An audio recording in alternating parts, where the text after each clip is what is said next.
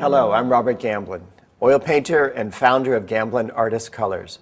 For 25 years, I've served painters by making finest quality oil painting materials. One way I'd like to help you is to make color mixing more predictable on your own palette.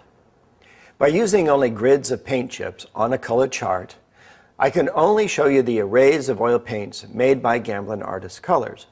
But I want to do more. I want to show you how to mix colors together, so I've made some navigational tools to help painters get around the universe of colors I call color space. During this program, I will show you how you can use Gamblin Color Space as a quick way to identify and mix the colors you want. I define color space by three main attributes: hue, value, and intensity. Here's how it works. As we move around color space, we move through the hue families. All colors belong in hue families. The more intense chromatic colors are found at the outer edges, and as we move to the center, colors become more neutral. Moving up and down through color space, we see the color's value, how light or how dark it is. This program is really the world's first three-dimensional color chart for artists. Within color space, you'll find 97 Gamblin oil colors, plus all the colors you can mix from them. The question is, what color do you want to mix? Using my new navigational tools, let me show you how to find your color in color space. First, determine your color's hue, for example, yellow. Next, determine its temperature within its hue family. Is your yellow found toward the warm side or the cool side? What's the color's value? How light or dark is it? Then we need to adjust the intensity or chroma of this yellow. Hue, value, and color intensity are attributes of color we need to define so we can locate the color in color space. After years of talking with artists about the attributes of colors, I think I have found an easier way to talk about color space. Let's connect the attributes of value, hue, and intensity to the three great eras of painting history. Artists can always call to mind what a Renaissance painting looks like, so my system's based on what artists see in addition to what we think about. Value marks the first dimension of Gamblin color space. Value was the focus of the classical era. Renaissance masters had very few colored pigments available to them, so they made their paintings by carefully drawing the relationships between dark and light values. Hue forms the second dimension of Gamblin color space. Hue I link to the Impressionists. The new colors invented during the 19th century Industrial Revolution gave the Impressionists a complete array of pure, light-fast colors in all hue families. Intensity is the third dimension. High chroma colors of the 20th century color revolution were embraced by modern masters. The modern colors are intense in mass tone, tint, and transparency. The three dimensions create the structure. Now, let's see how my color space works. We'll start at the first dimension. Most of the old master colors were based on pigments dug up out of the earth. Earth colors are muted. They make mixtures with low intensity. So to paint in the classical tradition, select your colors close to the neutral core. Colors such as Naples yellow hue or yellow ochre, Raciana, Venetian or Indian red, or terre verte.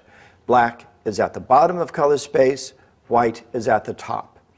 As you navigate, you can see that colors get lighter or darker depending on how much white or black you add to the mixture. If we connect these colors together in color space, you can see there just isn't much color space created. Painters of the classical era had to rely on dark and light values more than color to create mood and emotion.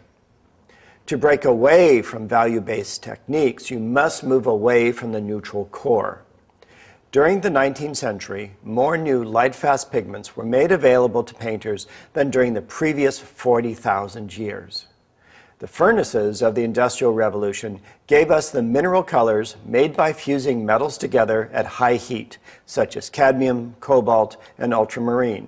The paintings of the Impressionists are products of the Industrial Revolution just as much as the steam engine. The Impressionists revolutionized painting and best defined the second dimension of color space, hue.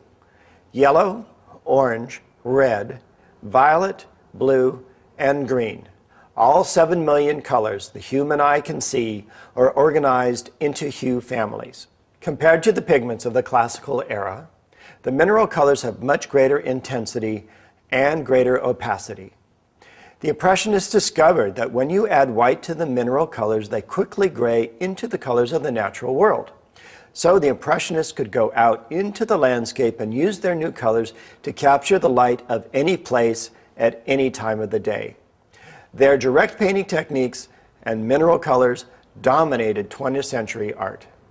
Now, the third dimension of color space opened for artists after World War II.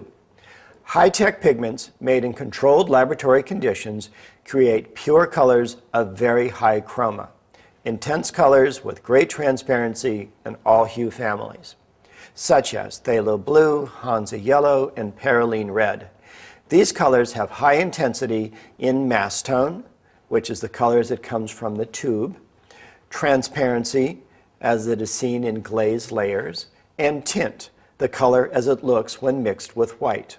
I call them modern colors to differentiate them from the 19th century mineral colors. Mineral and modern colors may look similar in mass tone, but they are completely different in all other attributes. When mixed with Galkid, the moderns make incredible glazing colors. Adding glaze over glaze, you can capture light deep inside paint layers to create luminosity. Imagine the increased depth in old master paintings glazed with colors of this incredible transparency. So now, let's look at the intensity of the moderns. Compare the intensity of Viridian, mixed here with white, and the intensity of phthalo green's tint. In color space, mineral colors lose their intensity when mixed, so place their tints and mixtures closer to the neutral core. The modern colors retain their intensity when mixed with white. Their tints move up and away from the neutral core toward the outside edge of color space. Now you see how the great eras of painting history form the three dimensions of Gamblin color space.